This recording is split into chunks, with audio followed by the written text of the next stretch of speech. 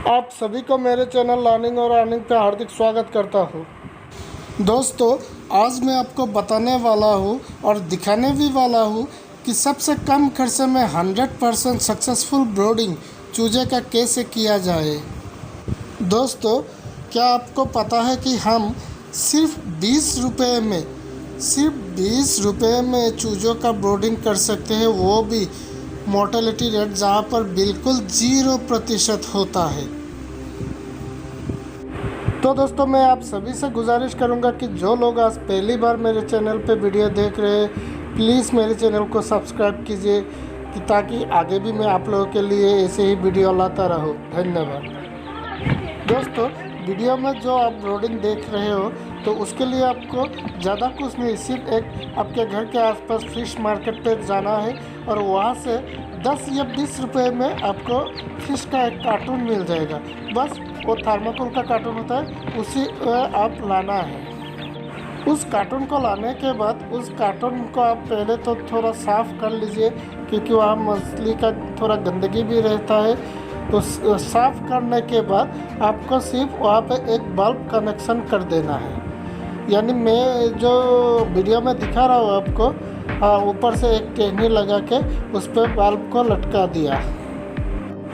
Bulb connection के बाद उसमें चूज़ों को पानी देने के लिए एक वाटर फीडर आपको ख़रीद के लाना है, और अगर आपके पास एसटीसी मशीन हो तो वो भी आप रख सकते हो।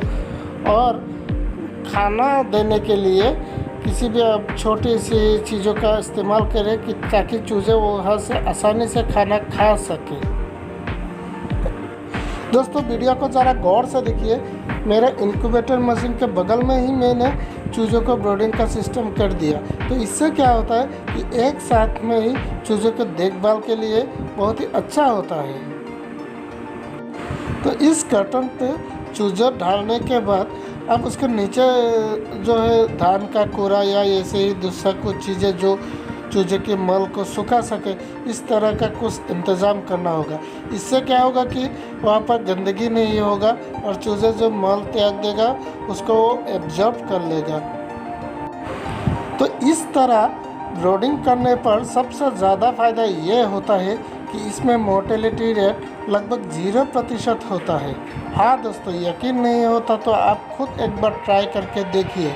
और इन कार्टून पे अगर आप ये सोच रहे हो कि ये बहुत छोटा साइज़ का होता है, इसमें कितना चूज़े दे सकूँ, तो देखिए इसमें अगर आप बतख के चूज़े डालोगे तो वो 60 चूज़े वहाँ पे हम डाल सकते हैं। अगर मुर्गी के चूज़े वहाँ पे दोगे तो कम से कम 70 से 80 चूज़े हम दे सकते हैं। और कोयल बाट का तो 90 से लेके 100 तक चूज़े आराम से वहाँ पे रह सकते हैं 2 हफ्ते के लिए।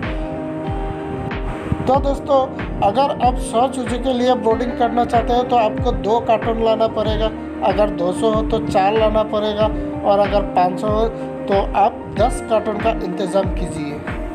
तो चूजे को उस कार्टून पे छोड़ देने के बाद आपका जो लाइट का कनेक्शन है ना, यानी जो बल्ब है, उसको थोड़ा नीचे झुला दीजिए। तो इससे क्या होगा कि अगर किसी चूजे को ठंड लगेगा तो वो बल्ब के नीचे आ जाएगा, और अगर उसको गर्मी फील होगी तो वो बल्ब से थोड़ा दूर चला जाएगा। तो दोस्तों, इस तरह की ब्रीडिंग में आपको जो कार्टून का ऊपरी हिस्सा होता है वो खुला छोड़ना पड़ेगा। अगर आप ऊपर के हिस्से को ढक दोगे ना तो टेम्परेचर बहुत बढ़ जाता है, यानी 45 से भी ऊपर चला जाता है और चूजे गर्मी से मर भी सकते हैं। ऐसा मेरे पहली बार हुआ था। तो आप ऊपर का जो हिस्सा है वो खोला छोड़ दो, यानी अगर किसी भी चूजे को ठंड महसूस होगा तो वो तुरंत बल्ब के नीचे चला आएगा, वो खुद ब खुद ही आ जाएगा।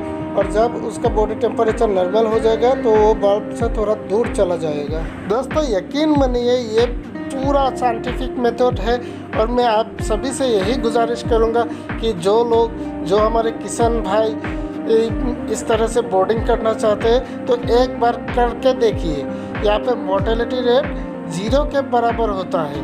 मैंने खुद बहुत बार इस तरह से ब्रीडिंग किया हुआ हो और नतीजा तो मैंने बताया आपको कि बहुत ही अच्छा ब्रीडिंग रेट है इसका।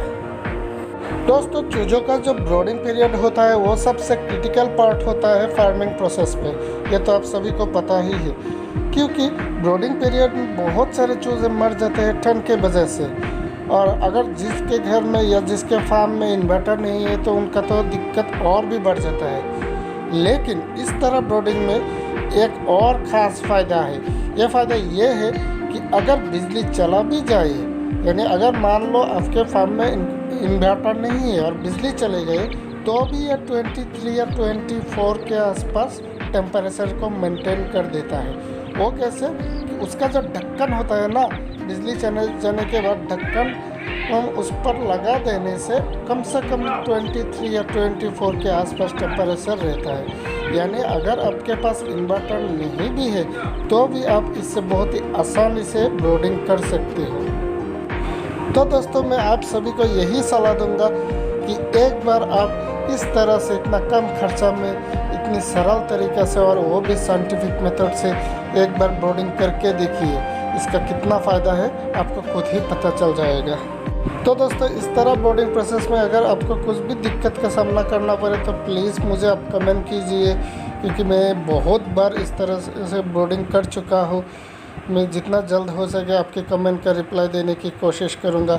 और साथ में ये भी गुजारिश करूँगा कि जो आज पहली बार मेरे चैनल पे आए हो, प्लीज़ यार एक सब्सक्राइब कर दो और एक लाइक भी वीडियो को कर दो, ताकि मुझे इंस्पायरेशन मिल सके। थैंक यू, धन्यवाद, जय हिंद।